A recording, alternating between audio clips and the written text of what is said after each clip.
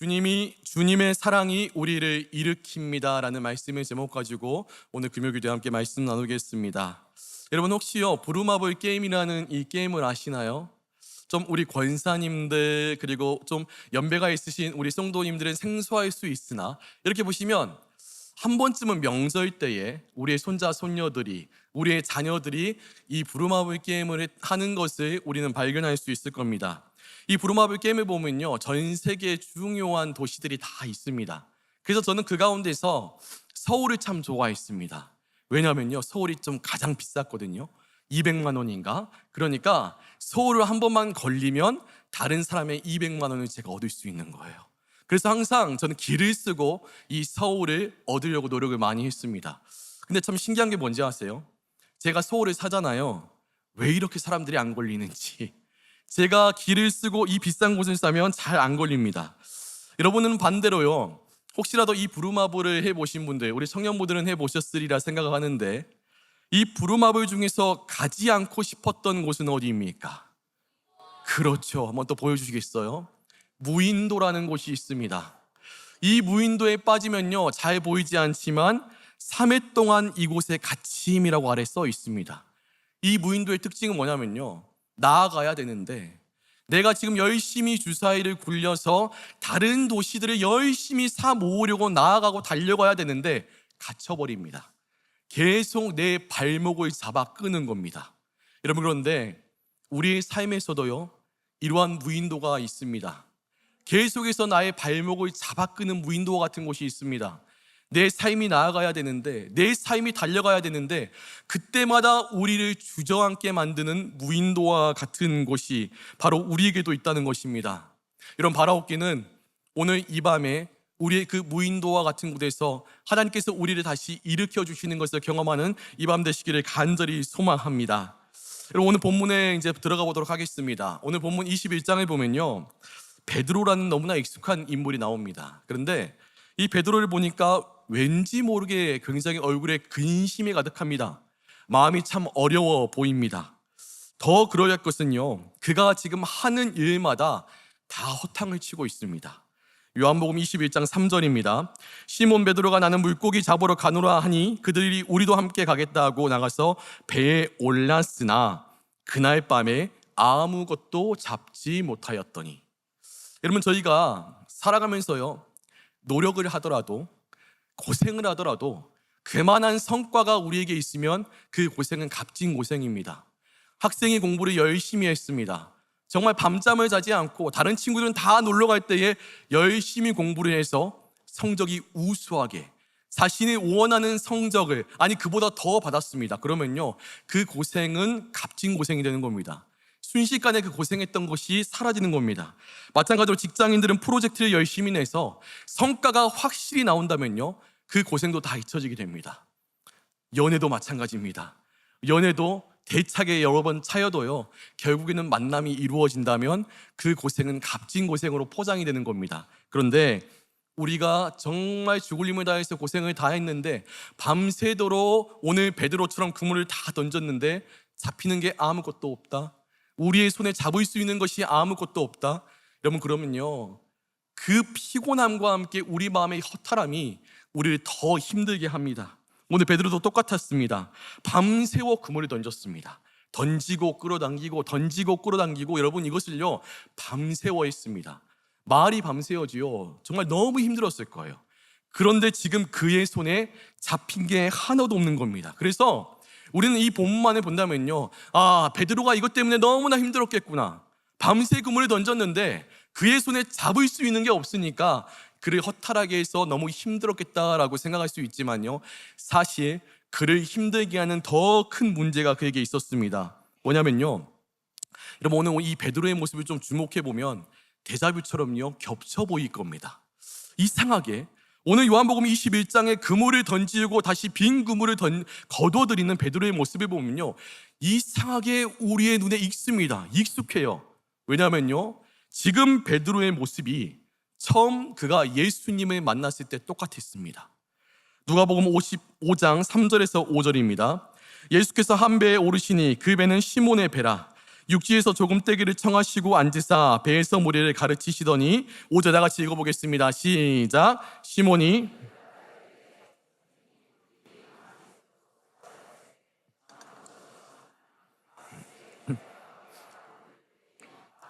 아멘.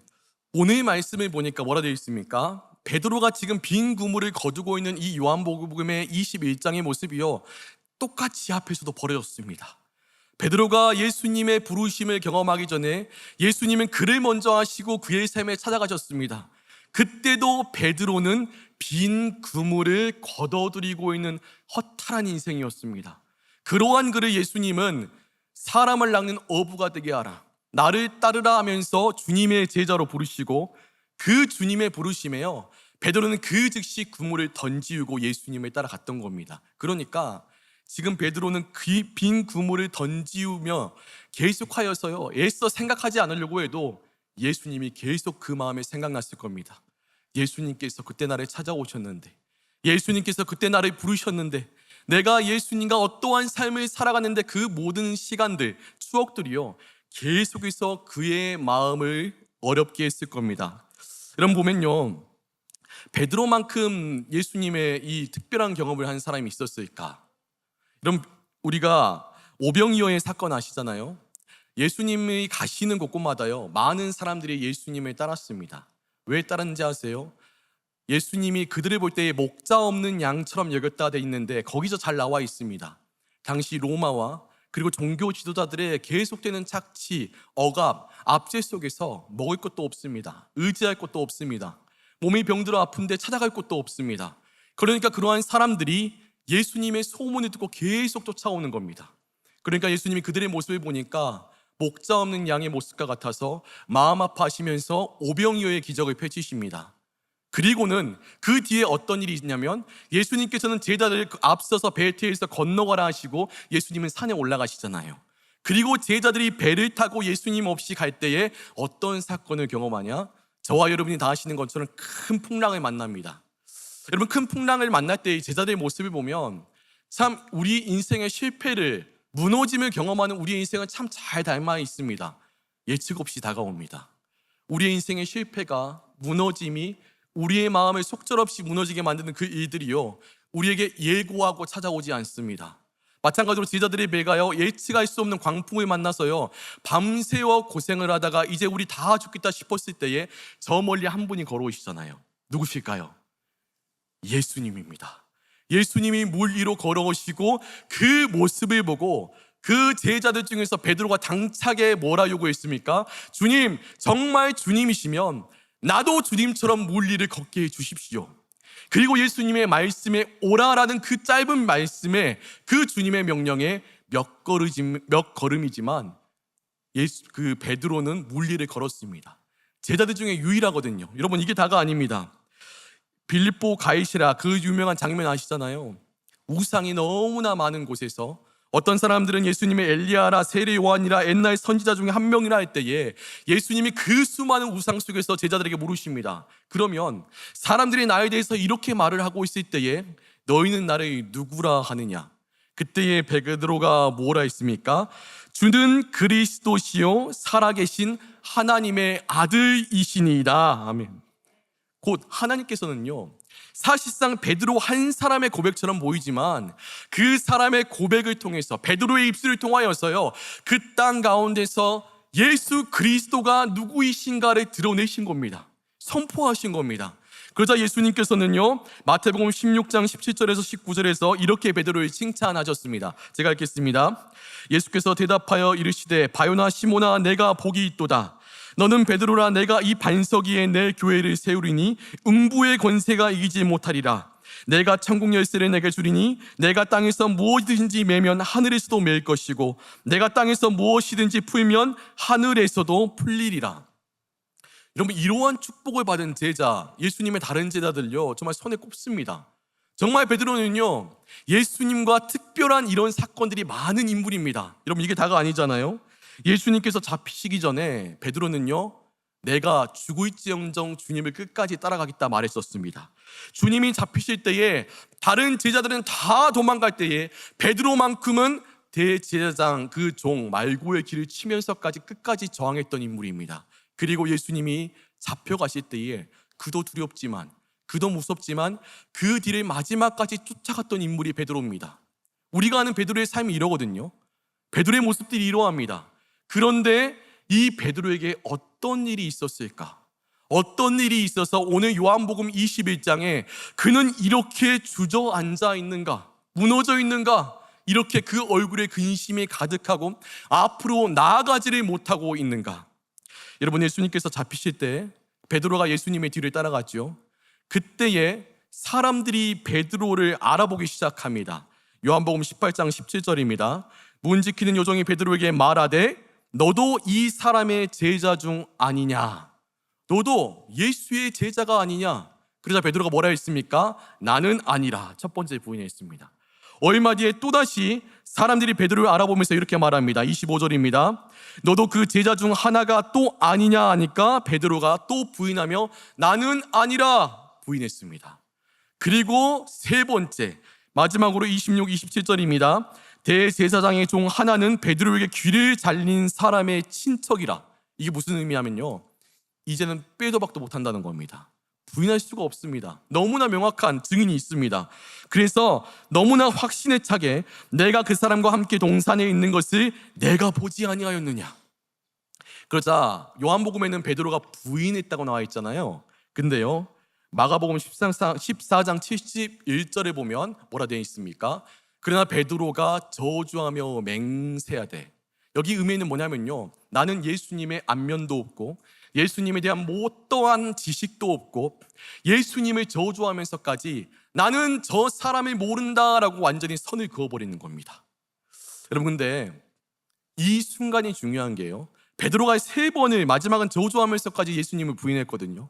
근데 그때에 예수님의 시선이 천천히 돌아갑니다. 그리고는 천천히 베드로의 눈과 예수님의 시선이 마주하게 되거든요. 여러분, 우리가 예상할 때에 예수님의 시선이 어떨 것 같아요? 막 이렇게 쏘아 보셨을까요? 베드로, 네가 나한테 어떻게 그럴 수가 있냐? 네가 나에게 지금 어떠한 고백을 했고 너는 나를 통해서 어떤 경험을 하였고 내가 그동안 너에게 얼마나 많은 마음을 쏟았는데 다른 사람도 아니고 베드로, 네가 나에게 그럴 수 있느냐? 그런 이글이글한 눈빛으로 베드로를 바라보셨을까요? 예수님은요, 오늘 그 신약의 헬라어를 보면요, 엠블레포라고 하거든요. 여전히 변함없는 애정어린 시선으로요, 천천히 자신을 심지어 저주하면서 모든 것을 싹 잡아떼는 베드로를 쳐다보셨다는 겁니다. 여러분, 때로는 아시잖아요, 100마디 말보다 진심이 가득 담겨있는 그 한 번의 시선의 맞춤이요, 오히려 더 많은 메시지를 전합니다. 베드로가 그 예수님의 시선을 보니까요, 견딜 수가 없습니다. 그래서 뛰쳐나가서 울게 됐죠. 여러분, 이게요, 베드로의 실패의 자리입니다. 베드로의 무너짐의 자리입니다. 그래서 계속 그를 나아가지 못하고 그의 발목을 잡게 만드는 자리가 바로 이 자리입니다. 여러분, 근데 정말 우리도요, 베드로처럼 우리의 삶에서 이러한 순간을 경험합니다. 우리도 예측할 수 없는 실패를 만나잖아요. 우리 앞에 예측할 수 없는 나를 무너지게 만드는 문제들을 만나잖아요. 그 가운데서 우리 또한 계속 주저앉게 되는 것을 경험합니다. 여러분, 실패라는 것을 우리가 경험하면요, 그 당시에도 그때도 우리의 마음이 참 아픈데 진짜 문제는 뭐냐면 우리가 그 실패를 경험하면 우리 삶에 큰 구덩이 같은 게 생겨버려요. 큰 구멍이 생겨버립니다. 그래서요, 계속해서 그곳을 벗어나지 못하게 됩니다. 계속해서 내 자신이 후회라는 감정이 우리의 발을 그 구덩이에서 미끄러지게 합니다. 내가 그때 왜 그랬을까? 차라리 다른 선택을 내가 했으면 어땠을까? 나는 왜 그러한 일을 했을까? 그때 나는 왜 그랬을까? 계속 이러한 후회가 몰려옵니다. 그러면요, 우리의 시야가 어떻게 되는지 아세요? 여러분, 혹시 그 꽃갈콘 아시나요? 꽃갈콘, 세모 모양으로 아시잖아요. 꽃갈콘을 보면, 특히 이제 저희가 수련회 같은 데를 보면 꽃갈콘을 이렇게 딱 보고 세상을 이제 앞을 바라보는 레크레이션 하거든요. 꽃갈콘을 보면 어떻게 되는지 아세요? 시선이요, 그 끝에가 아주 조그만 점처럼 보입니다. 세상이 너무나 제한적이 돼버려요. 근데 우리가 실패를 경험하면 그 구덩이에 계속 빠져서요, 우리의 시선이 그렇게 좁아버려 보입니다. 문제는 안 그래도 이렇게 시선이 좁아 보이는데요, 그 작게 바라보는 시선만큼 어떻게 되는지 아세요? 계속 부정적인 것만 바라봅니다. 내 실패, 내 무너짐, 내 연약함, 내가 그 가운데서 얼마나 하찮은 사람인지 계속 그것만을 우리가 바라보게 된다는 거예요. 여러분, 이런 일이 있었습니다. 한 직장인이 휴가를 다녀왔습니다. 그리고는 이제 힘든 마음이죠. 휴가 끝나고 출근하는 게 제일 힘들거든요. 휴가 끝나고 직장에 출근하는데 그날따라 세상이 캄캄하게 보이는 겁니다. 회사도 참 캄캄해요. 그래서 왜 이렇게 이 회사는 좀 캄캄한가? 내가 휴가 간 사이에 좀 전구들이 다 달아졌나? 그러고 있는데 평소에 그 사람을 좀 괴롭게 하는, 많이 좀 소위 말하는 갈구는 사람이 직장 상사가 이렇게 또 툭 던지는 겁니다. 놀러 왔어? 그러니까 이 사람이 속마음으로 표현을 못하고 네 그러고는 속마음으로 또 시작이다 하면서 자기 자리에 앉았습니다. 근데 그 직장 상사가 또 오더니 안 어두워? 이러는 거예요. 그때서 뭔가 이상한 거예요. 왜 그러냐면 차에서 출근하면서 선글라스를 끼고 그 회사 안까지 그대로 왔던 거거든요.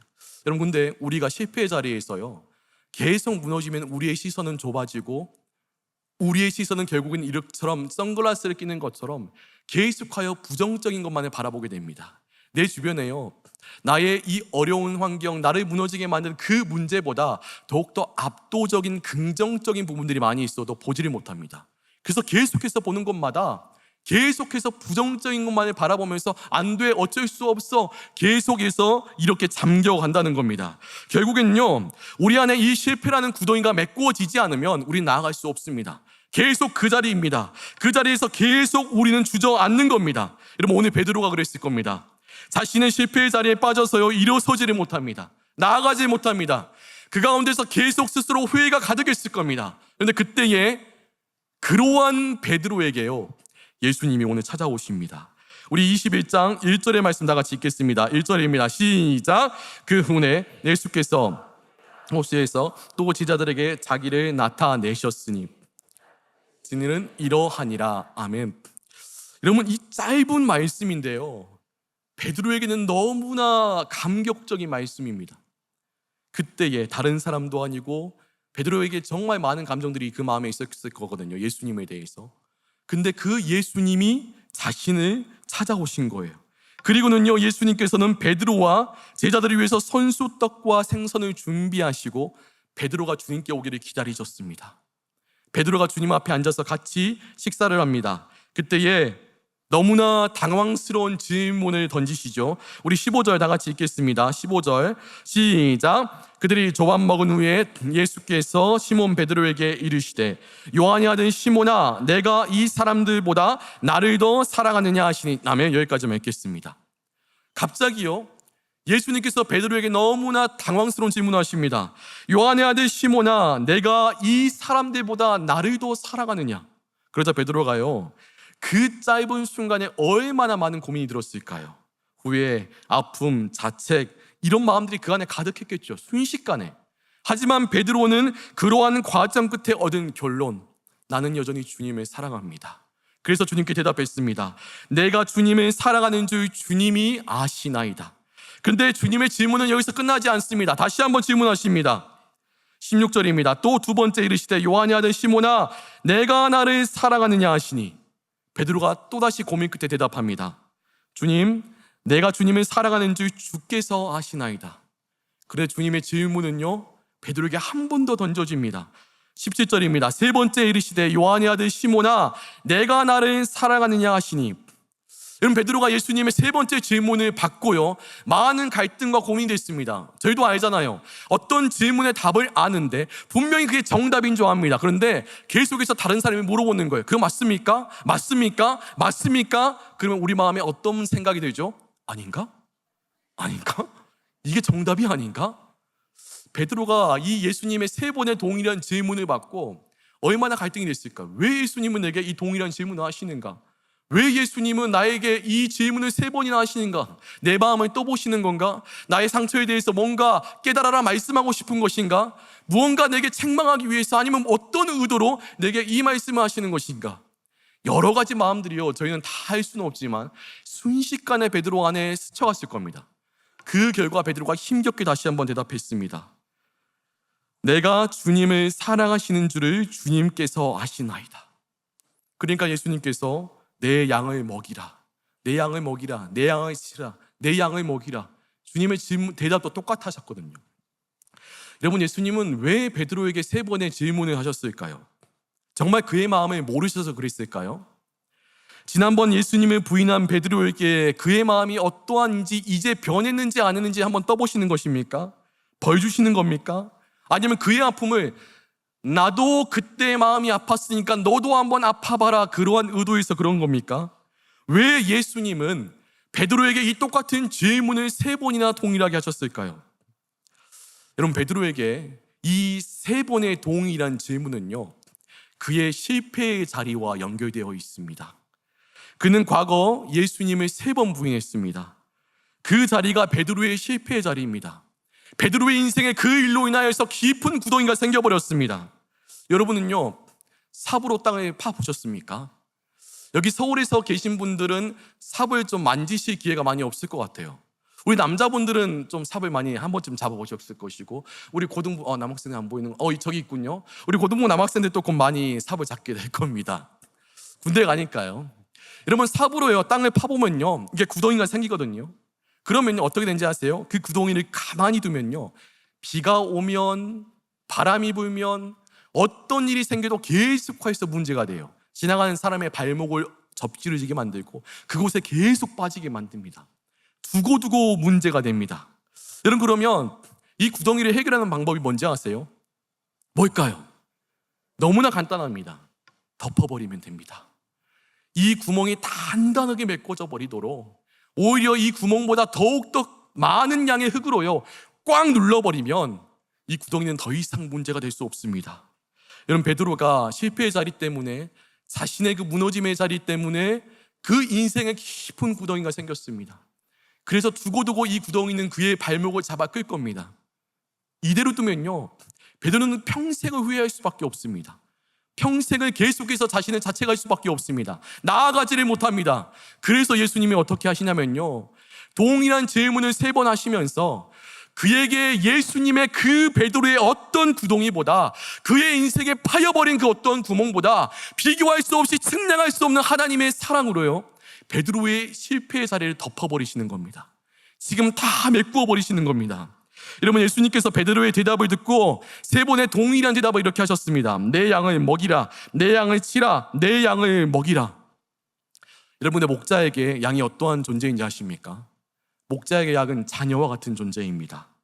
목자에게는요 100마리 양이 있어도요 1마리 양이 없어지면 그 양을 찾아 떠납니다. 그래서 목자는 자신의 양이 곰에게, 사자에게 물려가면요 어휴 무서워, 저 양 포기해야겠다, 이런 목자가 없습니다. 진짜 목자는요 그 곰과 싸웁니다. 그 사자와 싸웁니다. 새끼 양을 그 곰이 물어갔다면 그 곰의 입을 벌려서 양을 찾아옵니다.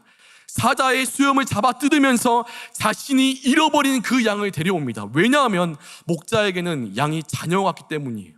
또 여러분, 이것을요 우리는 야곱의 모습을 통해 발견합니다. 목자는 양을 어떻게 기르는지 아세요?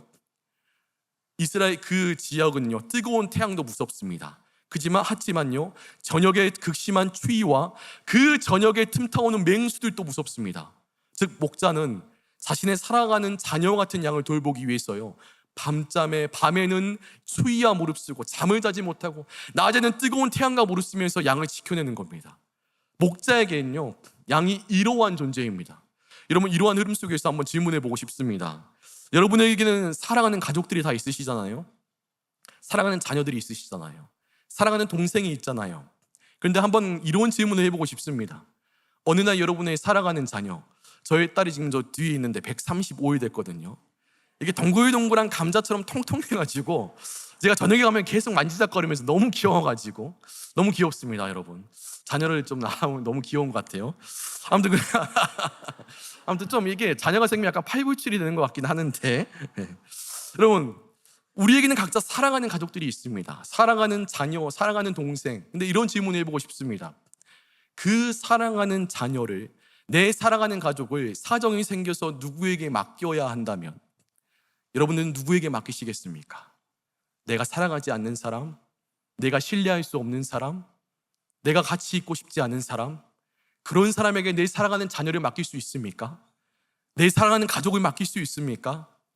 우리가 정말 사정이 있어서 나의 사랑하는 자녀를 맡겨야 된다면요, 그 사람은 우리가 사랑하는, 우리가 신뢰하는, 우리가 믿을 수 있는 그러한 사람일 겁니다.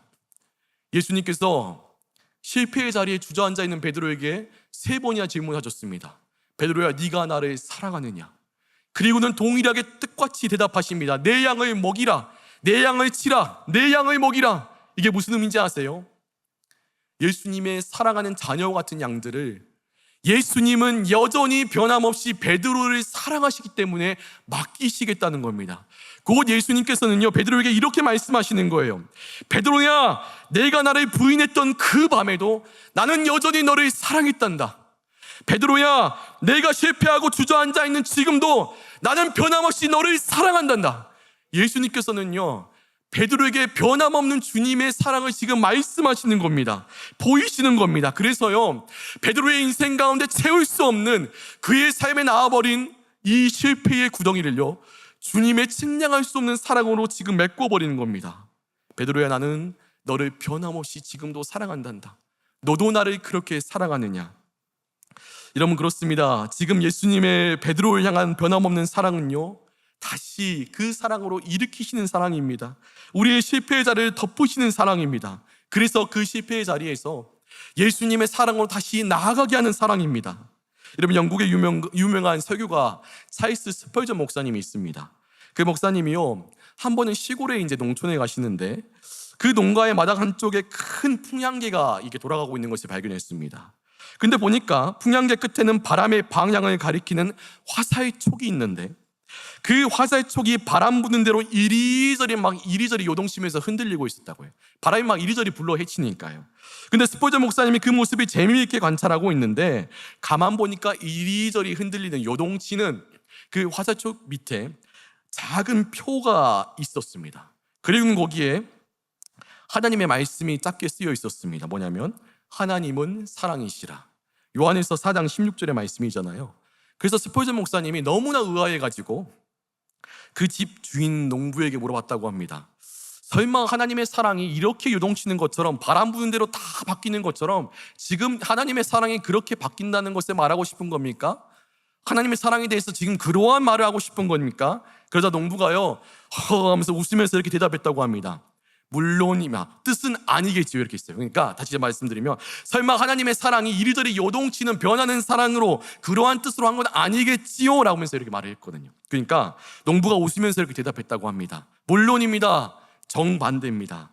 바람이 어떠한 방향으로 불던진 간에 하나님의 사랑은 여전히 변함없다는 뜻으로 나는 그곳에 하나님의 그 말씀을 적어 놓았습니다. 여러분, 그래요, 우리도 베드로처럼요, 오늘 말씀을 적용해 보면 실패의 자리를 경험하거든요. 그 가운데 보면요, 계속해서 우리의 삶을 뒤흔드는 그 문제들이 있습니다. 나아가지를 못하게 합니다. 삶의 방향을 못 잡게 합니다. 한없이 나를 하찮게 여기고 나를 주저앉게 만드는 그 자리가 있습니다. 그런데 그때마다 우리가 바라보고 우리가 잊지 말고 우리가 기억해야 될 사실은 뭐냐면요, 그 순간에서도 예수님은 여전히 우리를 사랑하신다는 겁니다. 나의 지금의 모습이 어떠하든지, 내가 얼마나 그 자리에서 스스로를 얼마나 값없이 여길지라도 하나님은 여전히 우리를 창세전에도 그러하였고 우리가 살아가면서 매일 넘어짐에도 그러하였고 우리를 사랑하신다는 겁니다. 히브리서 13장 8절입니다. 예수 그리스도는 어제나 오늘이나 영원토록 동일하시느니라. 아멘. 저와 여러분을 사랑하시는 그 주님이, 그 하나님이 계속하여서 우리의 삶을 따라, 우리의 삶의 결과에 따라, 우리의 삶의 모습에 따라 사랑하셨다가 사랑하지 않으셨다가 다시 사랑하셨다가 그러한 분이 아니라 여전히 변함없이 우리 삶의 어떠한 순간에서도 우리를 사랑하신다는 겁니다. 주님은 우리를 사랑하시되 여러분 끝까지 사랑하십니다. 요한복음 13장 1절 우리 다 같이 읽겠습니다. 시작. 6월절 전에 예수께서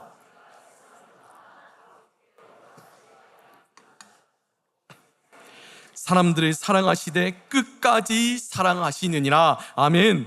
여러분, 우리의 사랑은 변하잖아요. 나의 감정, 나의 상황, 나의 환경, 우리의 상황은 영원하지 않습니다. 완전하지 않습니다.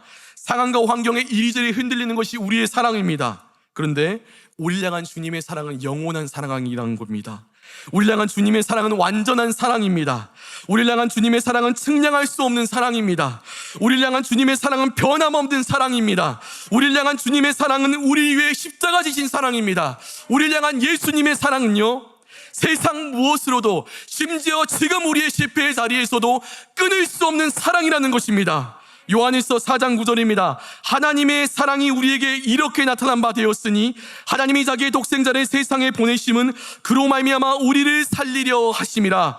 로마서 8장 35절 39절입니다. 우리 다 같이 읽겠습니다. 시작. 누가 우리를 그리스도의 사랑에서 끊으리요? 환난이나 공고나 박해나 긴근이나 적신이나 위험이나 칼이랴. 높음이나 깊음이나 다른 어떤 피조물이라도 우리를 우리 주 그리스도 예수 안에 있는 하나님의 사랑에서 끊을 수 없으리라. 아멘. 우리의 실패의 자리에서 예수님은 우리의 어떤 실패와 상처보다 비교할 수 없이 큰 예수님의 사랑으로 덮으십니다. 오늘 이 밤에 그 주님을 만나게 되기를 간절히 소망합니다. 우리의 무너진 자리에서 그 변함없는 사랑으로 우리를 덮으시는 그 주님을 오늘 이 밤에 만나게 되기를 간절히 소망합니다. 우리의 모든 실패와 상처에서 우리를 강권하심으로 오늘 또 하나님의 자녀로 다시 회복시키시는, 일으키시는, 그래서 베드로와 같이 주님의 사람의 길을 걸어가게 하시는 그 주님의 사랑의 강권하심을 오늘 이 밤에 만나게 되시기를 간절히 소망합니다. 여러분, 이 시간 함께 찬양하며 나아가도록 하겠습니다.